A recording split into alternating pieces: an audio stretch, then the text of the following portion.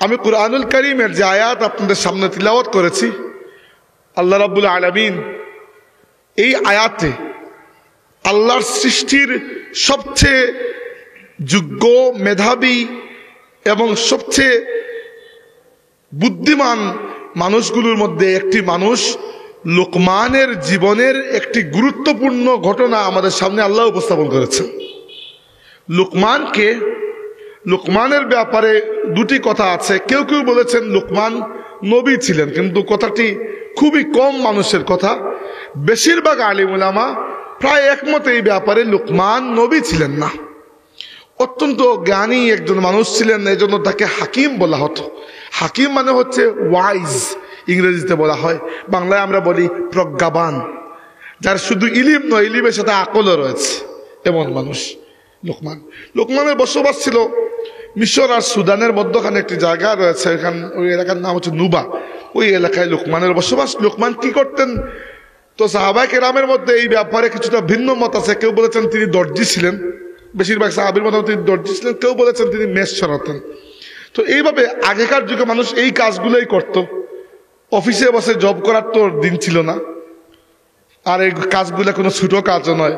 আল্লাহর নবী দাউদ আলাইহিস সালাম নিজের হাতে কামাই না করে খেতেন না। আর তিনি কি কাজ করতেন? দাউদ আলাইহিস সালামের কাজ ছিল দুটি। একটি হচ্ছে তিনি মেষ চড়াতেন, তার মেষপাল ছিল। দ্বিতীয়ত হচ্ছে তিনি লোহা দিয়ে বিভিন্ন জিনিস বানাতে পারতেন, যুদ্ধের অস্ত্র সহ অনেক কিছু। এবং আল্লাহ রাব্বুল আলামিন তাকে মুআজিজা দিয়েছিলেন, বলেছেন ওয়া আলান্না লাহুল হাদিদ, আমি দাউদের হাতে লোহাকে নরম করে দিয়েছি। লোহায় হাত দিলে লোহা মোমের মতো গলে যেত, টিপে টিপে বিভিন্ন জিনিস বানাইতে পারতেন। তো আমাদের নবী সাল্লাল্লাহু আলাইহি ওয়াসাল্লাম নিজে বলেছেন যে আমি কারারিতের বিনিময়ে, সামান্য কিছু পয়সার বিনিময়ে ছোটকালে আরবদের মেষ চড়িয়ে দিয়েছি। অতএব যে ব্যক্তি কাজ করে খায় সে কি ছোট না, যে ভিক্ষা করে খায় সে ছোট। সে যদি কোটিপতিও হয়ে থাকে তবুও সে ছোট। হাদিসে এসেছে যে ব্যক্তি অযথা মানুষের কাছে হাত পাতে, কিয়ামতের দিন আল্লাহ তাকে এমন ভাবে উঠাবেন তার মুখমণ্ডলের মধ্যে কোনো মাংস থাকবে না, এত বিশ্রী লাগবে দেখতে, মানুষ ভয় পেয়ে তাকে দূরে সরে যাবে। অতএব অযথা মানুষের কাছে হাত পাতা এই অভ্যাস বাদ দেন। আন্দাজি মানুষের কাছ থেকে টাকা পয়সা ঋণ করা অনেক মানুষের অভ্যাসই হয়ে যায়, খালি ঋণ করা। ঋণের টাকা দেয়, আবার ঋণ করে ওই টাকা সুদ করে আবার ঋণ করে। ঋণ নেওয়ার পরে আপনি বন্দী হয়ে গেলেন। বন্দী শুধুমাত্র জেলের মধ্যে বন্দী এমন নয়, মানুষ ঋণ নেওয়ার পরেও ঋণ দাতার কাছে ঋণ গ্রহীতা কিন্তু বন্দী হয়ে যায়। আপনি যখন মারা যাবেন, যদি আপনি আল্লাহর রাস্তায় শাহাদাত বরণ করেন, তখন আপনার সমস্ত গুণ আল্লাহ মাফ করে দেবেন, কিন্তু ঋণ আল্লাহ মাফ করবেন না। এজন্য আপনার আত্মীয় স্বজনের জন্য আপনার গোসল, কাফন, জানাজা, দাফন, এই চারটি যেমন অতি জরুরি চারটি হক আপনার তাদের উপর, এরকম আরেকটি হক হচ্ছে আপনার যদি কারো কাছে কোনো ঋণ থেকে থাকে তাহলে কবরে নামানোর আগেই পারলে সেটি পরিশোধ করা, নইলে কমসে কম দরাজ দিল নিয়ে এতটুকু বলে দেওয়া যে আমার বাবা বা চাচা বা ভাই যারই ঋণ ছিল আপনারা আমার কাছ থেকে সেটা বুঝে নেবেন।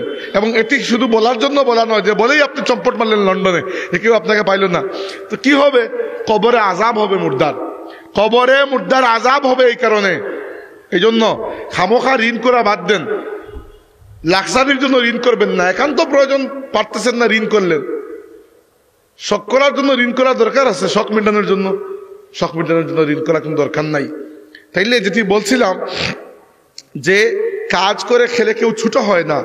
যে লুকমান, তিনি নবীও নন, আল্লাহর একজন নেককার বান্দা, একজন প্রজ্ঞাবান মানুষ, অতি সামান্য কিছু কাজ করে খেতেন। কেউ বলেছেন দর্জি, কেউ বলেছেন মেষ পালক, কিন্তু তার মধ্যে আল্লাহ রাব্বুল আলামিনের সেই মারিফত ছিল। রব্বে কারীম তার কিছু উপদেশকে কিয়ামত পর্যন্ত আমাদের তিলাওয়াত করা এবং আমাদের বুঝা এবং আমাদের আমল করার জন্য কুরআনে পাকের মধ্যে আল্লাহ রেকর্ড করে দিয়েছেন। আল্লাহ বলেছেন ওয়ালাকাদ আতাইনা লুকমানাল হিকমা, আমি আল্লাহ নিজে লুকমানকে হিকমত দান করেছি। একটি হচ্ছে ইলম, আরেকটি হচ্ছে ফাহাম, আরেকটি হচ্ছে হিকমা বা ফিকহ। ইলম হচ্ছে ইনফরমেশন জানা।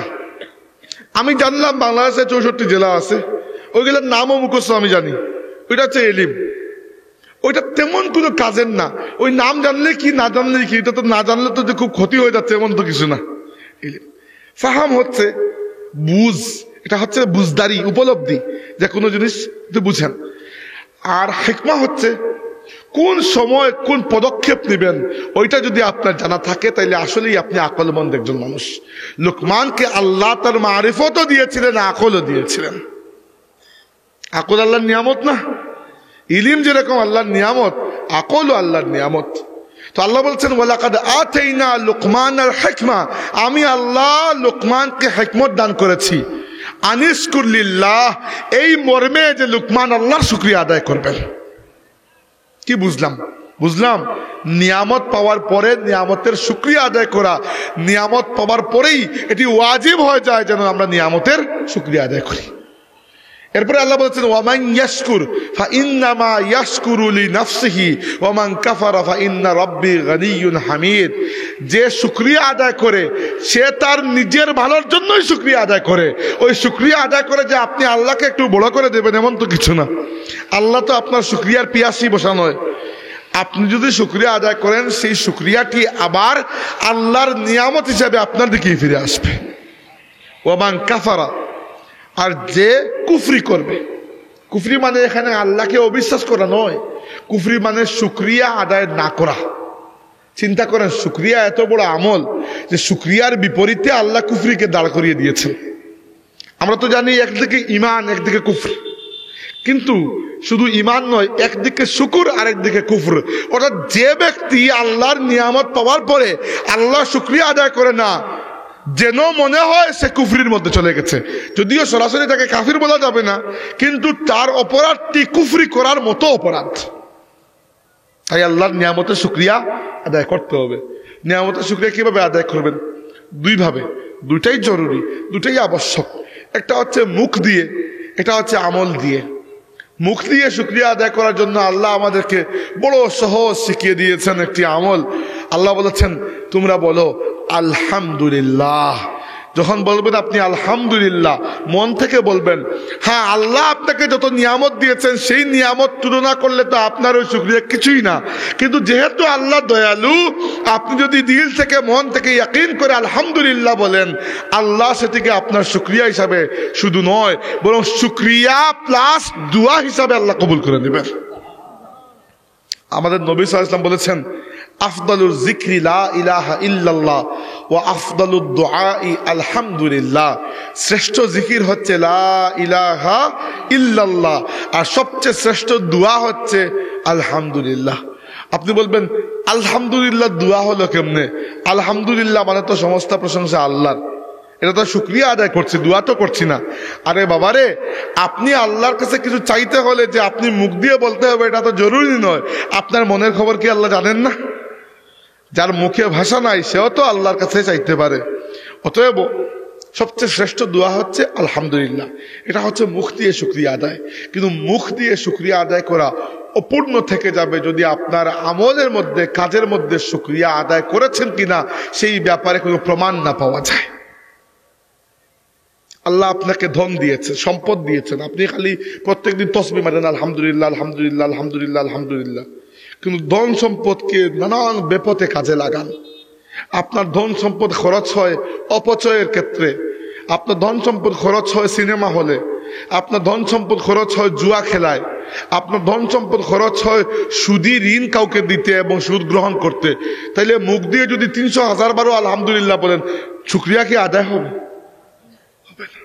আল্লাহ আপনাকে শক্তি দিয়েছেন, সেই শক্তিকে আপনি কাজে লাগান মানুষকে জুলুম করার জন্য। আর প্রত্যেকদিন এমনিতে 3 লক্ষ বার আলহামদুলিল্লাহ পড়েন, লাভ আছে? কারণ আপনার আমল সাক্ষী দিচ্ছে যে আপনার অন্তরে আসলে শুকরিয়া নাই। আপনি ওই নিয়ামতকে নিয়ামত গণ্য করতেছেন না। আপনি মনে করতেছেন শক্তি মনে হয় বাপের বাড়ি থেকে নিয়ে আসছেন, এই জন্য জুলুম করতেছেন। এরকম করবেন না। প্রত্যেক নিয়ামতের সাথে আল্লাহর কাছে দোয়া করবেন ইহদিনাস সিরাতাল মুস্তাকিম, আল্লাহ আমাকে হেদায়েত দাও সরল সঠিক পথে। কারণ প্রত্যেকটা, খেয়াল করুন আমার কথা, প্রত্যেকটা নিয়ামত তখন নিয়ামত হয় যখন ওই নিয়ামতের সাথে হিদায়ত নিয়ামত যুক্ত থাকে। কিভাবে? বলুন, সন্তান কি নিয়ামত নয়? ওই সন্তান আপনাকে দিলেন, কিন্তু সন্তানকে হেদায়ত দিলেন না। ওই সন্তান আপনার সবচেয়ে বড় মাথা ব্যথার কারণ হবে। ঠিক কি বলেছি না? টাকা পয়সা আপনার জন্য নিয়ামত, টাকা পয়সা আল্লাহ দিলেন কিন্তু আপনাকে হেদায়ত দিলেন না, ওই টাকা পয়সা আপনার জাহান্নামে যাবার কারণ হয়ে যাবে। আল্লাহ আপনাকে ক্ষমতা দিলেন, ক্ষমতা নিশ্চয়ই নিয়ামত, কিন্তু সাথে নিয়ামত দিলেন, হেদায়ত দিলেন না। ওই নিয়ামত নিয়ে আপনি হিটলার হয়ে যেতে পারেন, বা আরো খারাপ কেউ হয়ে যেতে পারেন। আপনার জন্য কিয়ামতে আবার ভয়াবহ আযাব হয়ে যাবে আজকের এই নিয়ামত। তাইলে সব নিয়ামত তখন নিয়ামত হয় যখন ওই নিয়ামতের সাথে হেদায়ত নিয়ামত যুক্ত থাকে। এই জন্য সূরা ফাতিহার মধ্যে আল্লাহ আমাদেরকে অন্য কোনো দোয়া শিখিয়ে দেন নাই, একটাই দোয়া করতে বলেছেন, ইহদিনাস সিরাতাল মুস্তাকিম। হিদায়াত দাও আমাদেরকে হে আমাদের রব। কোন পথে? সিরাতাল মুস্তাকিম, সরল পথে, বাঁকা পথে নিও না আমাদেরকে। যে পথে তোমার প্রিয়জন গেছে চলি, সে পথে আমাদেরকে চালাও। তাইলে আল্লাহ লুকমান হাকিমকে হিকমত দিয়েছেন এই মর্মে, এই শর্তে যে লুকমান আমার শুকরিয়া আদায় করতে হবে। এরপরে আল্লাহ জানিয়ে দিচ্ছেন যে আমার শুকরিয়া আদায় করে সে তার নিজের লাভের জন্যই করে। ওমান কাফারা, আর যে আল্লাহ শুকরিয়া আদায় করে না, কুফরি করে, ফাইন্না রাব্বি গানিয়্যুন হামিদ। তাইলে জেনে রাখো আমার রব নিজেই প্রশংসিত এবং আমার রব তোমাদের থেকে অমুখাপেক্ষী। মানে আল্লাহ যে পিয়াসি বসে আছেন, আপনি সেজদা দিয়ে আল্লাহর আরশকে উঁচা করে দিবেন, এরকম তো কিছু না, নাকি এরকম কিছু? আল্লাহর যদি আপনার সেজদা, আপনার তাসবিহ তাহলিলের এত দরকার হতো, তাইলে আপনার চাইতে কি বেশি তাসবিহ তাহলিল ফেরেশতারা করতে পারছেন না? আমাদেরকে সৃষ্টি করার সময়, মানুষকে সৃষ্টি করার সময় ফেরেশতাদের মূল অবজেকশন কি ছিল? নাহনু নুসাব্বিহু বিহামদিকা ওয়া নুকাদ্দিসু লাক। অর্থাৎ আল্লাহ আমাদের তো বুঝে আসে না, কেন আবার আদমকে সৃষ্টি করতে যাচ্ছ? আমরাই তো তোমার তাসবিহ পাঠ করছি, তোমার হামদ বলছি, আমরাই তো তোমার তাকদিস পাঠ করছি, তোমার ইবাদত করছি। রাসূল পাক সাল্লাল্লাহু আলাইহি ওয়াসাল্লাম বলেছেন, আমি মেরাজের রাতে শুনেছি প্রত্যেকটা আসমানে মৌমাছির গুঞ্জনের মতো গুঞ্জন। ফেরেশতা জিবরাইলকে জিজ্ঞেস করেছে, জিবরিল এগুলো কি? জিবরিল বলেছেন, ইয়া রাসূলুল্লাহ, প্রত্যেকটা আসমানের প্রত্যেকটা ইঞ্চি জায়গায়, প্রত্যেকটা আসমানের একটা আঙ্গুল ফেলা যায় এই রকম গ্যাপের মধ্যেও আল্লাহ সৃষ্টির শুরু থেকে কিয়ামত দিন পর্যন্ত একজন ফেরেশতাকে নির্ধারণ করে রেখেছেন, যিনি সৃষ্টির শুরু থেকে কিয়ামত দিন পর্যন্ত ওই জায়গায় সেজদায় পতিত হয়ে আল্লাহর তাসবিহ তাহলিলে মগ্ন থাকবেন। তাসবিহ তাহলিলে যদি আল্লাহ চাইতে হতো, তো আপনি আর কি তাসবিহ তাহলিল করে ফেলতেছেন? একবার গুনে দেখবেন আপনার যে জিন্দেগি, ধরেন আপনি বাই চান্স 70 বছর হায়াত পেয়ে গেছেন। ইদানিং 70 বছরও মানুষ কমই পায়। আগে লম্বা লম্বা হায়াত পেতেন, এখন হায়াত আস্তে আস্তে কমে যাচ্ছে। এটি কিয়ামতের আলামত। হাদিসে এসেছে মানুষের হায়াতের কমে যাবে। আগের উম্মতরা আমাদের চেয়ে লম্বা লম্বা হায়াত পেতেন। আমাদের নবী সাল্লাল্লাহু আলাইহি ওয়াসাল্লাম বলেছেন, আমার উম্মতের গড় আয়ু হচ্ছে 60 বছর। খুব কম উম্মত এর থেকে উপরে যেতে পারবে। গড় আয়ু বুঝতে পারছেন, একজনের হয়তো 55, আরেকজনের 65, গড় হয়ে গেল 60। এবং আমার দৃঢ় বিশ্বাস আমি তো 60ই কভার করতে পারবো না, এর আগেই টাস। যে খাওয়া দাওয়া আমাদের, যে আবহাওয়া, আপনি বাঁচবেন কেমনি? তো এটা সমস্যা নাই, বেশি লাভ নেই। তো যতদিন বাঁচেন আল্লাহ তার গোলাম হিসাবে আপনাকে বাঁচান, আর যতদিন আপনি দুনিয়াতে আছেন ইসলামের উপর থাকবেন, যতদিন যখন মারা যাবেন ইমানের উপর মারা যাবেন, এটাই তো আমাদের চাহিদা। এত লম্বা হায়াত দিয়ে করবেনটা কি খামাখা? অতএব যেটি বলছিলাম যে আল্লাহ তাবারাকা ওয়া তাআলা আমাদের কাছ থেকে যদি শুধু তাসবিহ তাহলিল চাইতে হতো, আর আপনি যদি মনে করেন যে শুধু তাসবিহ তাহলিল করে আল্লাহকে আপনি উঁচু করে দিচ্ছেন, আর আল্লাহ আপনার তাসবিহ তাহলিলের পিয়াসী, তাইলে আল্লাহর ফেরেশতারা কি আপনার চাইতে কম করেন নাকি? বেশিই তো করেন।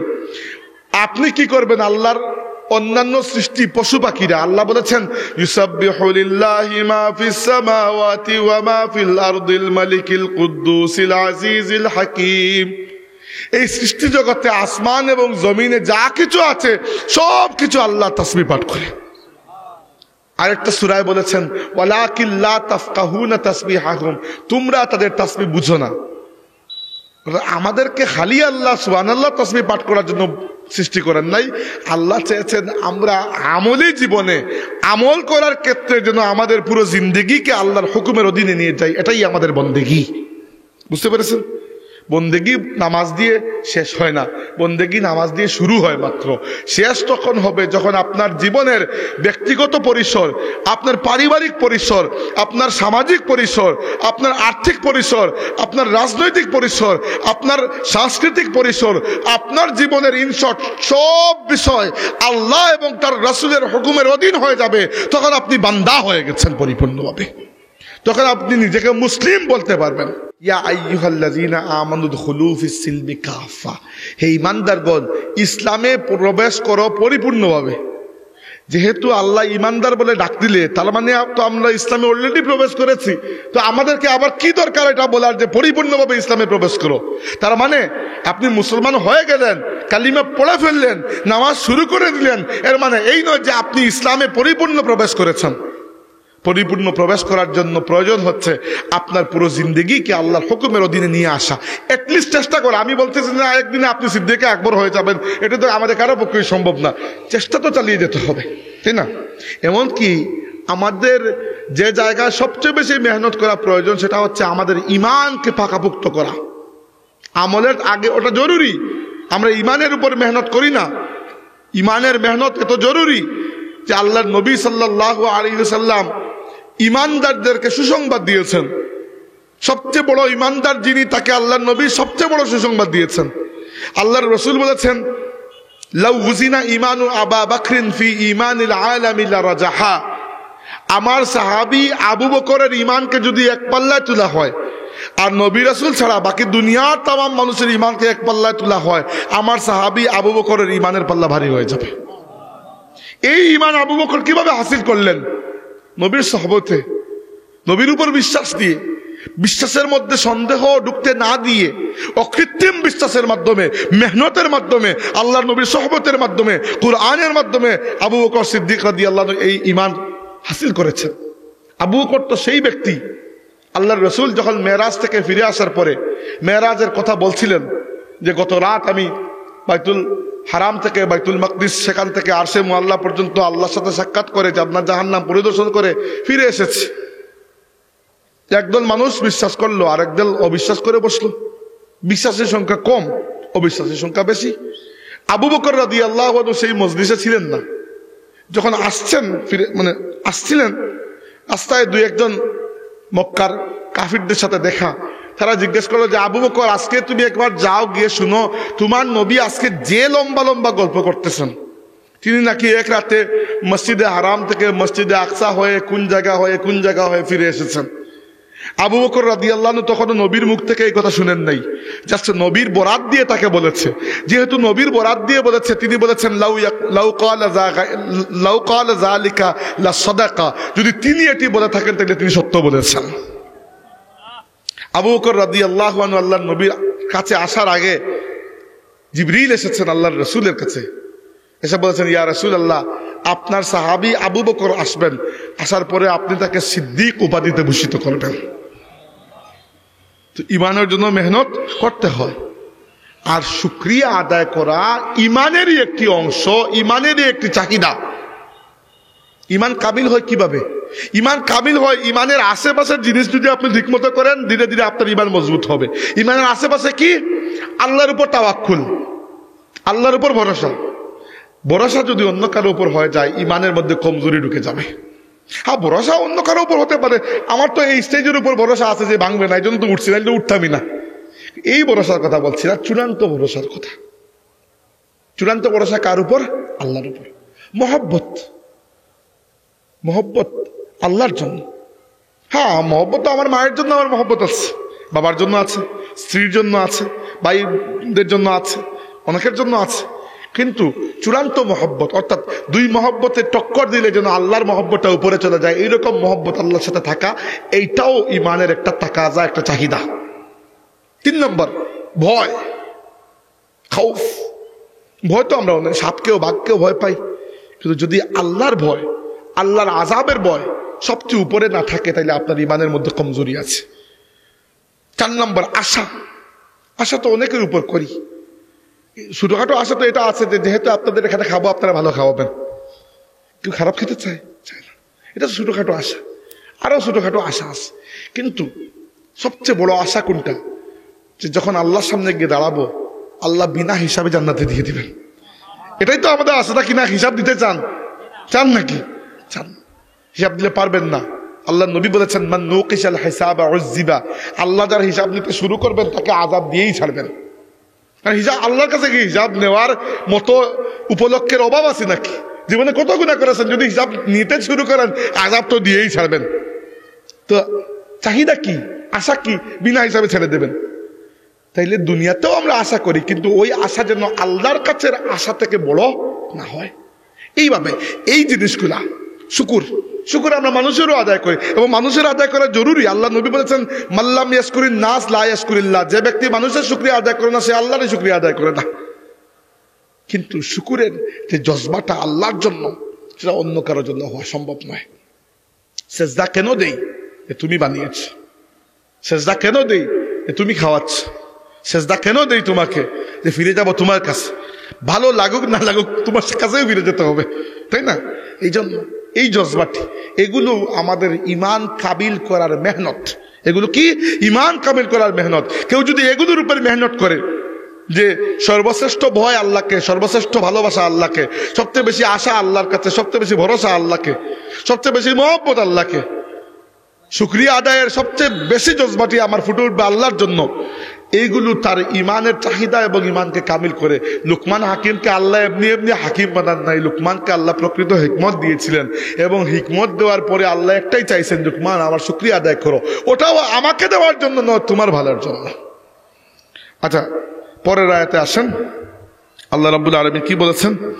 বলেছেন, وَإِذْ قَالَ لُقْمَانُ لِابْنِهِ وَهُوَ يَعِظُهُ يَا بُنَيَّ لَا تُشْرِكْ بِاللَّهِ إِنَّ الشِّرْكَ لَظُلْمٌ عَظِيمٌ। এই আয়াত নিয়ে 3 ঘন্টা কথা বলা যাবে। وَإِذْ قَالَ لُقْمَانُ لِابْنِهِ وَهُوَ يَعِظُهُ, আল্লাহ রাব্বুল আলামিন বলছেন, যখন লুকমান তার পুত্রকে উপদেশ দিয়ে বললেন, ইয়া বুনাইয়া, হে আমার প্রিয় পুত্র, লা তুশরিক বিল্লাহ, কখনো আল্লাহর সাথে শিরক করবে না। ইন্না শিরকা লাযুলমুন আযীম, নিশ্চয় শিরক মহা অন্যায়, মহা জুলম। তাফসীরে এসেছে লুকমান এই নসিহত করেছেন ইন্তেকালের সামান্য আগে। বাবা যখন ইন্তেকালের কিছু আগে পুত্রকে নসিহত করেন, তার মানে সেই নসিহতটি কিন্তু পুত্রের পুরো জীবনের জন্য বাবা করে যান। তো পুত্রকে সারা জীবনের জন্য একা ফেলে যাওয়ার আগে লুকমান সবচেয়ে বড় যে নসিহতটি করলেন সেটা হচ্ছে লা তুশরিক বিল্লাহ, বাবা আল্লাহর সাথে কখনো শিরক করবে না। আল্লাহর সাথে শিরক করা মানে কি? আসলে আল্লাহর সাথে শিরক করা মানে 2টা জিনিস। একটা হচ্ছে আল্লাহর যে সুমহান শান, মান, মর্যাদা, সেখান থেকে আল্লাহকে যদি আপনি আপনার লেভেলে নামিয়ে আসেন, এটাও শিরক। আর আপনার যে লেভেল, সেখান থেকে যদি আপনি নিজেকে আল্লাহর লেভেলে উপরে তুলে মনে করেন ওইখানে পৌঁছে গেছেন, সেটাও শিরক। শিরক কয় প্রকার? 2 প্রকার।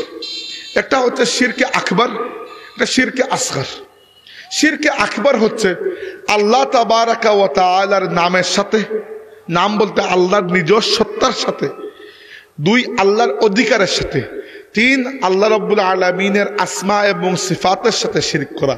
এইগুলোর চূড়ান্ত শিরক। যে কোনো ব্যক্তি এইগুলো করা মাত্র ইসলাম থেকে খারিজ হয়ে যাবে। আর আল্লাহ কুরআন শরীফে বলেছেন, ইন্নাহু মান ইউশরিক বিল্লাহি ফাকাদ হারামাল্লাহু আলাইহিল জান্নাতা ওয়া মাওয়াহুন নার, যে ব্যক্তি আল্লাহর সাথে শিরক করেছে তার জন্য জান্নাত আল্লাহ হারাম করে দিয়েছেন, তার চিরস্থায়ী ঠিকানা হচ্ছে জাহান্নাম। মেরাজ থেকে ফিরে আসার পরে আমাদের নবী সাল্লাল্লাহু আলাইহি ওয়াসাল্লামকে সাহাবীরা প্রশ্ন করলেন, ইয়া রাসূলুল্লাহ, গেলেন তো আল্লাহর কাছে মেরাজে, আমাদের জন্য কি মিঠাই কি নিয়ে আসলেন? আল্লাহর নবী বললেন, তোমাদের জন্য 3টা গিফট নিয়ে আসছি। আল্লাহ আমাকে তোমাদের জন্য 3টা গিফট দিয়েছে। প্রথম গিফট হচ্ছে as-সালাওয়াতুল খামসু, 5 ওয়াক্তের নামাজ। 2 নম্বর খাওয়াতিমু সূরাতুল বাকারা, সূরা বাকারার শেষ 2টি আয়াত, আমানার রাসূলু বিমা উনজিলা ইলাইহি মির রাব্বিহি, এখান থেকে শেষ পর্যন্ত। যে ব্যক্তি রাতে ঘুমানোর সময় এই 2টি আয়াত তিলাওয়াত করে, লাকাফাতাহু, তার পুরো রাতের নফল ইবাদত হিসাবে এই 2টা আয়াত যথেষ্ট হয়ে যায়। মুখস্থ করা দরকার কিনা? মাত্র 2 আয়াত। জীবনে কত আগডুম বাগডুম গুলাডুম মুখস্থ করেছেন, এই 2টা করে দেন, অসুবিধা তো নাই। তাইলে এগুলা এই 2টা আয়াত মুখস্থ করে দেন, রাতে ঘুমানোর আগে পড়ে ঘুমাবেন, আল্লাহ সারা রাত নফল ইবাদতের মধ্যে লিখে দেবেন। সূরা বাকারার শেষ 2টা আয়াত, এগুলো সবারই মুখস্থ থাকে এমনিতেই।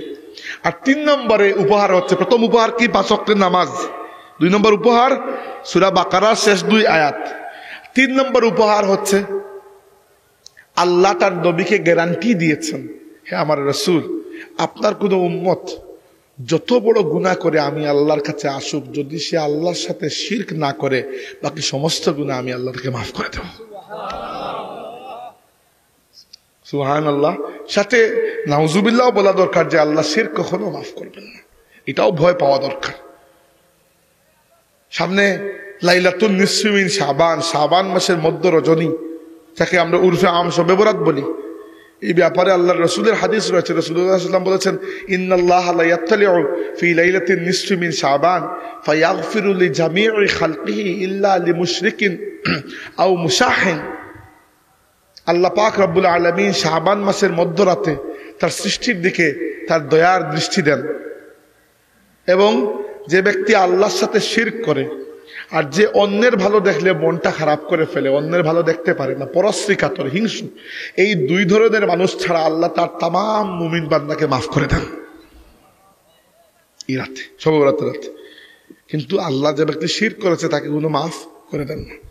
শিরক কিভাবে করা হয় একটু ডিটেইল বলি।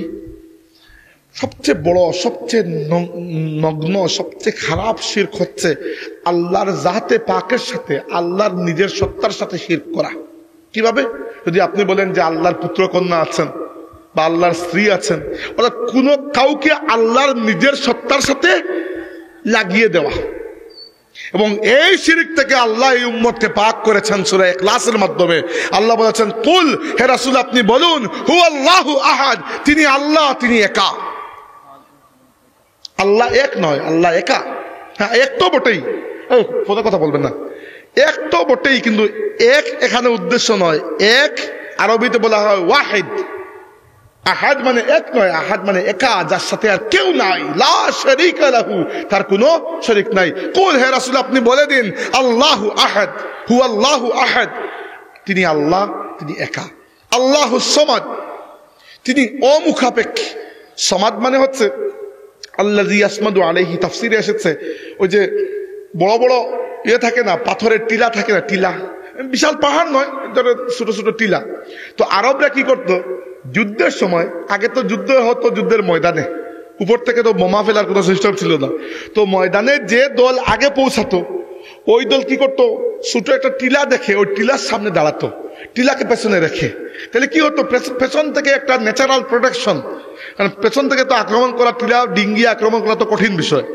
এই যে পেছনে একটা টিলা রাখা এবং ওই টিলার উপর ভরসা করা, যে টিলা আমাকে প্রোটেক্ট করবে, ওইটাকে বলা হয় সামাদ। আল্লাহুস সামাদ। আল্লাহর উপর সবাই ভরসা করে, আল্লাহ কারো উপর ভরসা করেন না। আল্লাহর মুখাপেক্ষী সবাই, কিন্তু আল্লাহ কারো মুখাপেক্ষী নন। আল্লাহ বলেছেন যে ইন্নাল্লাহা ইউমসিকুস সামাওয়াতি ওয়াল আরদি আন তাজুলা, আল্লাহ আসমান এবং জমিনের এই সিস্টেমকে ধরে রাখেন, যেন এগুলো ধরে না যায়। ওয়ালা ইন জালাতা ইন আমসাকাহুমা মিন আহাদিম মিন বাদি, যদি একবার নড়ে যায় তাইলে আল্লাহ ছাড়া কে আছে এগুলোকে শান্ত করার? আল্লাহ কি এইগুলোকে একটা নিয়মের মধ্যে বেঁধে দেন নাই? কখনো দেখেছেন চাঁদ এবং সূর্য ধাক্কা লেগে গেছে? কখনো দেখেছেন রাত এবং দিন একসাথে চলে আসছে? কখনো দেখেছেন যে শীতের মৌসুমে গরম আর গরমের মৌসুমে শীত আসছে? কখনো দেখবেন না, কারণ এগুলো আল্লাহর দেওয়া নির্ধারিত নিয়ম। আল্লাহ এগুলো দিয়েছেন, এগুলো টিকে থাকার জন্য, আমরা টিকে থাকার জন্য আল্লাহর মুখাপেক্ষী, কিন্তু আল্লাহ কারো মুখাপেক্ষী নন। এজন্য আল্লাহ তার নিজের নাম দিয়েছেন আস-সামাদ, বলেছেন আল্লাহুস সামাদ, আল্লাহ মুখাপেক্ষী। লাম ইয়ালিদ ওয়া লাম ইউলাদ, তার কোনো পুত্র নাই। লাম ইয়ালিদ, তিনি কাউকে জন্ম দান করেননি। ওয়া লাম ইউলাদ, তিনিও কারো কাছ থেকে জন্ম গ্রহণ করেননি। দুনিয়ার বেশিরভাগ ধর্মে যারা খুদা উপাস্য, যারা এদের বিশাল পরিবার থাকে, খুদার মা, খুদার বাবা, খুদার পুত্র, কন্যা, চাচা, ভাতিজা, দুনিয়ার মানুষ।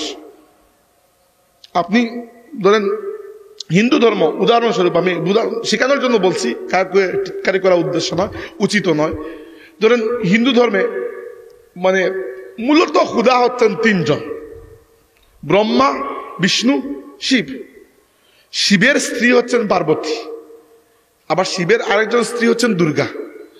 আমি পড়েছি এইগুলা, এবং ধরেন শিবের স্ত্রী যে পার্বতী, তাদের ঘট, এরা সবাই ক্ষুধা, যার যার ডিপার্টমেন্ট আলাদা আর কি। আবার পার্বতীর আবার দুজন সন্তান, একজন নাম হচ্ছে গণেশ, ওই যে আপনি দেখবেন ওই যে ইয়ের মতো হাতির মতো সুরওয়ালা একজন আছেন না ক্ষুধা দেবতা, উনি হচ্ছে গণেশ, আরেকজন হচ্ছে কার্তিক। এরকম ক্ষুধাদের ফ্যামিলি আছে, ক্ষুধা ফ্যামিলি। এবং আপনি প্রাচীন গ্রিক ধর্মে, প্রাচীন রোমান ধর্মে আপনি পাবেন জিউস একজন আছেন, তিনি হচ্ছেন ফাদার অফ গড, ক্ষুধার আব্বা। তো এরকম আছে। মক্কায় কুরাইশদেরও ছিল, লাত মানাত উজ্জা, এদের ফ্যামিলি ছিল পুরোটা। আল্লাহর নবী এসে সব খুদাকে বাদ দিয়ে বলেছেন লা ইলাহা ইল্লাল্লাহ, আল্লাহ ছাড়া আর কোনো খুদাই নেই।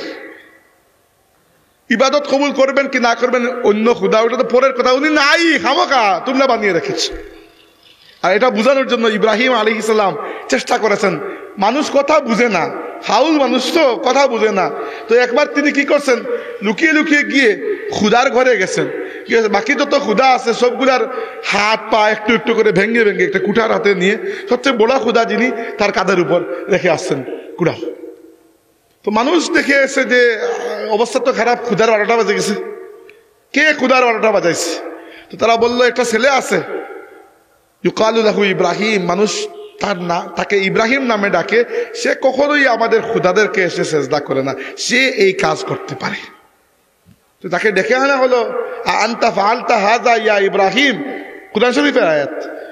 এই ইব্রাহিম, তুমি এই কাজ করছো, তুমি আমাদের খুদার 12টা বাজাইছো? ইব্রাহিম বললেন ক্বালা বাল ফাআলাহু কাবীরহুম হাযা, আমার তো মনে হয় বড় খুদা এই কাজ করছেন।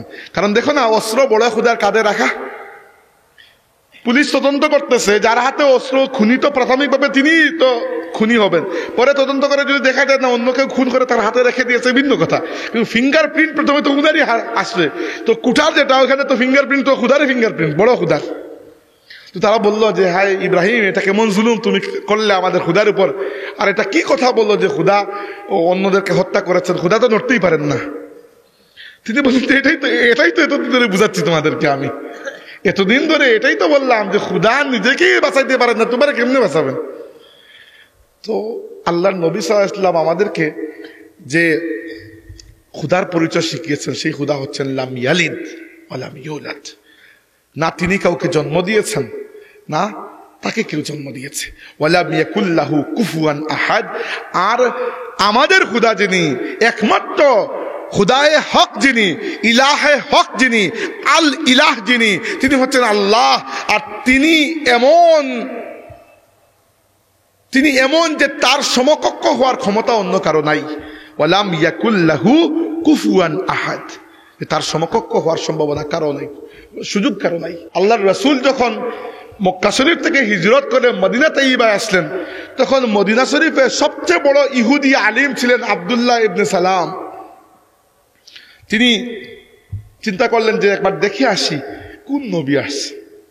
দেখতে গেলেন, যাওয়ার পরে কিছুদিন পরে আর কি আল্লাহ নবী তাকে চিনতে পারলেন। অর্থাৎ মানুষের কাছ থেকে তো শুনেছেন যে মদিনার সবচেয়ে বড় ইহুদি আলিম হচ্ছেন আব্দুল্লাহ ইবনে সালাম। তো রাসূলুল্লাহ সাল্লাল্লাহু আলাইহি ওয়াসাল্লাম জিজ্ঞেস করলেন যে আনতা আব্দুল্লাহ ইবনে সালাম, আপনি কি আব্দুল্লাহ ইবনে সালাম? তিনি বললেন জি, আমি আব্দুল্লাহ ইবনে সালাম। তখন আল্লাহ নবী সাল্লাল্লাহু আলাইহি ওয়াসাল্লাম বললেন যে আনশুদুকা বিল্লাহিল্লাযী আনজালাত তাওরাতা আলা মূসা হাল তাজিদু সিফাতি ফি কিতাবিল্লাহ, আমি আপনাকে কসম দিয়ে জিজ্ঞেস করছি সেই আল্লাহর, যে আল্লাহ আপনার নবী মূসা আলাইহিস সালামের উপর তাওরাত কিতাব নাজিল করেছেন। আমাকে একবার বলুন তো, আপনি তো এত বড় আলিম, আল্লাহর কিতাব তাওরাতের মধ্যে কি আপনি আমার প্রশংসা দেখতে পেয়েছেন? আব্দুল্লাহ ইবনে সালাম বড় বুদ্ধিমান মানুষ, তিনি বললেন যে আমাদের কিতাবে যার প্রশংসা করা হয়েছে তিনি আপনি কি না, ওটা তো বুঝতে হবে। প্রথমে প্রশংসা একজনের করা হয়েছে, আখিরি নবীর, কিন্তু সেই আখিরি নবী আপনি কিনা এটা বুঝবে কেমনে? তো কিভাবে প্রমাণ হবে? তো আব্দুল্লাহ ইবনে সালাম বললেন আপনি পরিচয় দেন আমার কাছে আল্লাহর পরিচয়। আল্লাহকে? আব্দুল্লাহ ইবনে সালামের খুব মেধাবী মানুষ, তিনি চিন্তা করেছেন যে নবী এসেছেন কোন জায়গা থেকে? মক্কা শরীফ থেকে। মক্কার মানুষ সব মুশরিক, মূর্তির পূজা করে, এরা তো আল্লাহর পরিচয় ভালো করে দিতে পারবে না। যদি ভণ্ড নবী হন তাহলে তো আল্লাহর পরিচয় দিতে পারবেন না, যদি হক নবী হন তাহলে আল্লাহর পরিচয় দিয়ে দেবেন। সাথে সাথে ফেরেশতা জিবরাইল আলাইহিস সালাম এসে বলেছেন, ইয়া রাসূলুল্লাহ, তাকে সূরা ইখলাস তিলাওয়াত করে শুনিয়ে দিন। আল্লাহর নবী সূরা ইখলাস তিলাওয়াত করে শুনিয়ে দিয়েছেন। আব্দুল্লাহ ইবনে সালামের অন্য কথা বলার নাই, সাথে সাথে বলেছেন, আশহাদু আন্নাকা রাসূলুল্লাহ, আমি সাক্ষ্য দিচ্ছি আপনি আল্লাহর রাসূল। আল্লাহর এইরকম পরিচয় রাসূল ছাড়া অন্য কারো পক্ষে দেওয়া পসিবলই নয়, মক্কার মানুষের পক্ষে তো এমনিতেই সম্ভব নয়। তো এই যে সূরা, এই সূরা আমাদের কাছে আল্লাহ তাবারaka ওয়া তাআলার পরিচয়কে স্পষ্ট করেছে। তো যা বলছিলাম, শিরক, সবচেয়ে বড় শিরক হচ্ছে আল্লাহর জাতের সাথে শিরক করা। জাত মানে কি? আল্লাহর নিজস্ব সত্তা, ইংরেজিতে আমরা তাকে এন্টিটি বলি, মানে আমি, ওই আমিটাই হচ্ছে আমার মূল সত্তা। তো আল্লাহ রাব্বুল আলামিনের জাত, আল্লাহর সত্তার সাথে কেউ যদি কাউকে লাগিয়ে দেয়, পুত্র, কন্যা, স্ত্রী, এখানে আল্লাহ যত রাগ করেন, অন্য কোনো কাজে আমার রব এত রাগ করেন না। তো আলহামদুলিল্লাহ, আমাদের নবীর দাওয়াতে, আমাদের নবীর দুআয়, আমাদের নবীর ঘামের বরকতে এই উম্মত এই ধরনের শিরক থেকে পাক হয়ে গেছে আলহামদুলিল্লাহ। আমরা কখনো এরকম কিছু করিও না। আমরা আমাদের নবীকে অসাধারণ অশেষ মহব্বত করি না, কিন্তু আমরা আমাদের নবীকে আল্লাহর পর্যায়ে নিয়ে যাই না। খ্রিস্টানরা ঈসা আলাইহিস সালামকে আল্লাহর পুত্র বানিয়ে দিয়েছে, কিন্তু আমরা তাদের চাইতেও বেশি আমাদের নবীকে মহব্বত করি।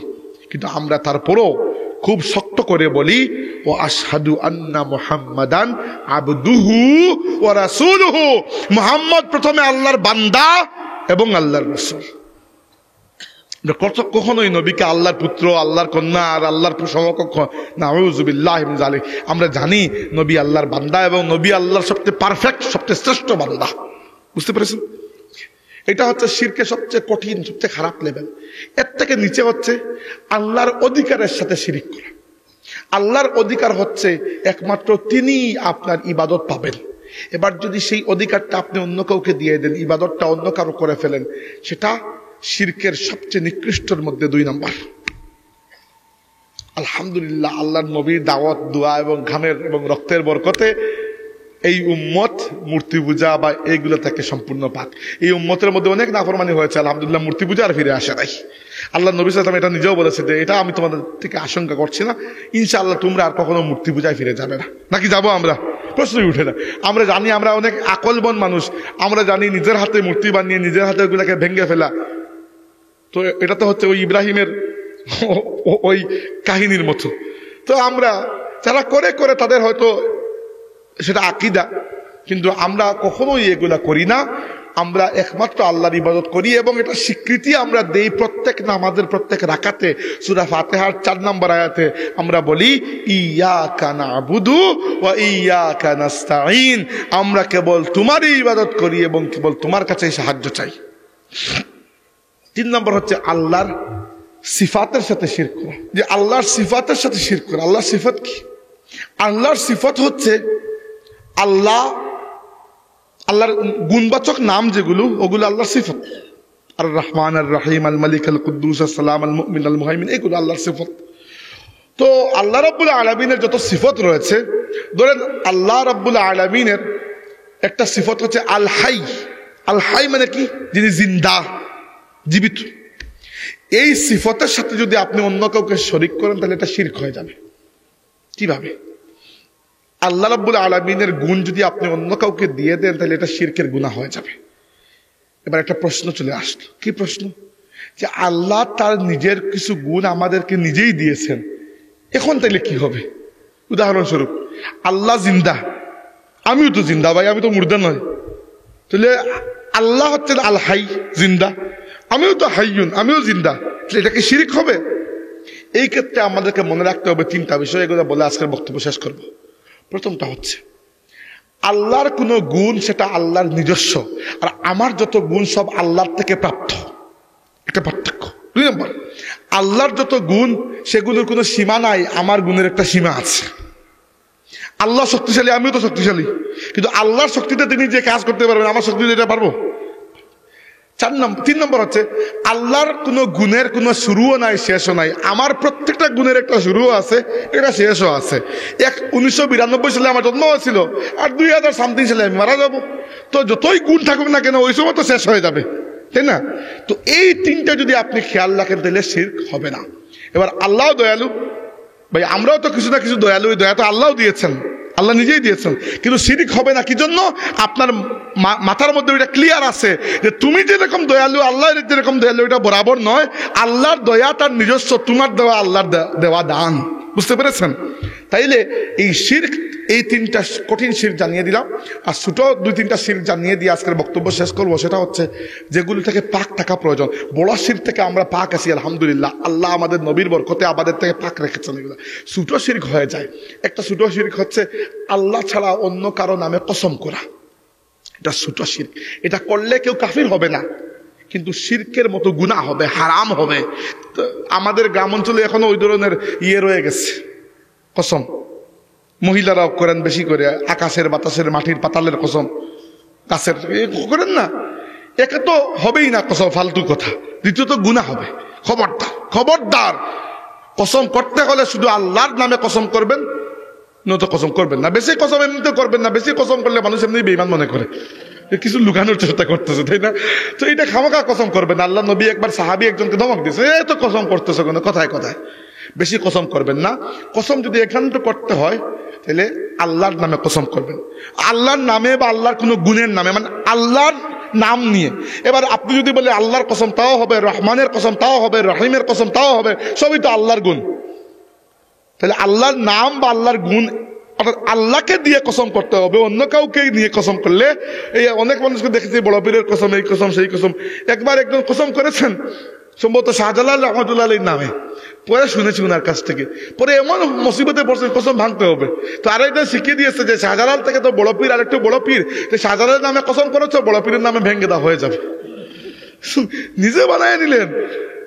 একে তো কসম হয় নাই, মানে ভুলের উপর ভুল, তার উপরে ভুল, তার উপরে লেয়ারে লেয়ারে ভুল খালি করতেছেন। তো এটা করবেন না, এটা মারাত্মক গুনার কাজ। 2 নম্বর, নজর বা মানত আল্লাহ ছাড়া কারোর জন্য করা যায় না। মানত মানে কি? আমি এটা কুরবানি করব। কার জন্য করবেন? আল্লাহর জন্য। হ্যাঁ, যে কোনো জায়গায় আপনি করতে পারেন। জায়গা নিয়ে, মানুষ জায়গা নিয়ে পেরেশানিতে পড়া যায় যে আমার বাড়িতে করবো নাকি শ্বশুর বাড়িতে, যে বাড়িতে ইচ্ছা করেন। কিন্তু করবেন কার সন্তুষ্টির জন্য? আল্লাহ। মানত করবেন আল্লাহর সন্তুষ্টির জন্য, যে আমি যদি এই কাজটি হয়ে যায়, আমি 3টা রোজা মানত করলাম। অবশ্যই করতে পারেন, এটা সুন্নাত, সাহাবীরা করতেন। কিন্তু এটা করতে কার জন্য? আল্লাহর জন্য, আল্লাহর নামে, আল্লাহর সন্তুষ্টি অর্জনের জন্য। যদি না করেন তাহলে এটা ছোট শিরকি গুনাহ হবে। আর 3 নম্বর ছোট শিরকি গুনাহ হচ্ছে মানুষকে দেখানোর জন্য ইবাদত করা, যাকে রিয়া বলা হয়। আল্লাহ নবী বলেছেন, আশ-শিরকু আখফা মিন দাবিবিন নামলাতিস সাউদা আলা সাখরাতিস সাম্মা। অন্ধকার রাতে কালো পাথরের উপর দিয়ে ছোট্ট পিঁপড়া যেরকম হেঁটে যায়, এর থেকে বেশি গোপনে ওই রিয়া নামক ওই দুষ, শিরকের মতো মানুষের অন্তরের মধ্যে প্রবেশ করে মানুষের ঈমানকে খেয়ে ফেলে। 100 বছর ইবাদত করেছেন আল্লাহর জন্য, মধ্যখানে যদি সামান্য 1টা সেকেন্ড হয়ে যায়, এটা যে মানুষ আমাকে ভালো বলবে, দেখবে, এই করবে, ইবাদত আল্লাহ রাব্বুল আলামিন 99.99% কবুল করবেন না। আল্লাহ তখনই কবুল করবেন যখন 100% আল্লাহর জন্য হবে। আগেই বলে দিয়েছে, আল্লাহ তো আপনার ইবাদতের পিয়াসী নন। অতএব আপনার ইবাদত তখনই আল্লাহ কবুল করবেন যেটা 100% কার জন্য? আল্লাহর জন্য। তাই মনে রাখবেন, হ্যাঁ, ইবাদত বন্দেগী করার বিনিময়ে যদি আপনি দুনিয়াতে কোনো ফায়দা পেয়ে যান, এটা কোনো হারাম কাজ নয়। যেমন একজন ইমাম সাহেব মসজিদে নামাজ পড়ান ইবাদত কিনা, এর বিনিময়ে যদি তিনি বেতন পেয়ে যান, এটা সর্বসম্মতিক্রমে জায়েজ কাজ। মুয়াজ্জিন আজান দেওয়ার বিনিময়ে যদি বেতন পেয়ে যান, জায়েজ কাজ। এইভাবে মাদ্রাসার শিক্ষক পড়াচ্ছেন, হাদিসই পড়াচ্ছেন, কুরআন পড়াচ্ছেন, বিনিময়ে যদি বেতন পেয়ে যান, কোনো সমস্যা নাই, হালাল। ইবাদত করছেন বা আপনি আল্লাহর জন্য কোনো ভালো কাজ করেছেন, পরে নাম ফুটে গেছে আপনার যে আপনি বড় নেককার, আপনার এখানে কোনো দোষ নাই। কিন্তু যদি আপনার উদ্দেশ্যই থাকে মানুষ আমাকে কিছু বড় করবে, বড় বলবে, বড় বানাবে, নির্বাচনে ভোট দেবে, এই জন্য লম্বা টুপি পরে মসজিদে যাচ্ছি, তাইলে এই ইবাদতকে আল্লাহ কবুল করবেন না। এই 3টি বিষয়ে খেয়াল রাখবেন।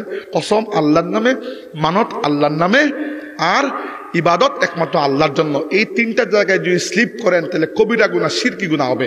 হ্যাঁ, কাফির হবেন না, আপনি ইমানদারি থাকবেন, কিন্তু গুনাহ যেটা হবে এটা একেবারে কবিরা লেভেলের গুনাহ হবে।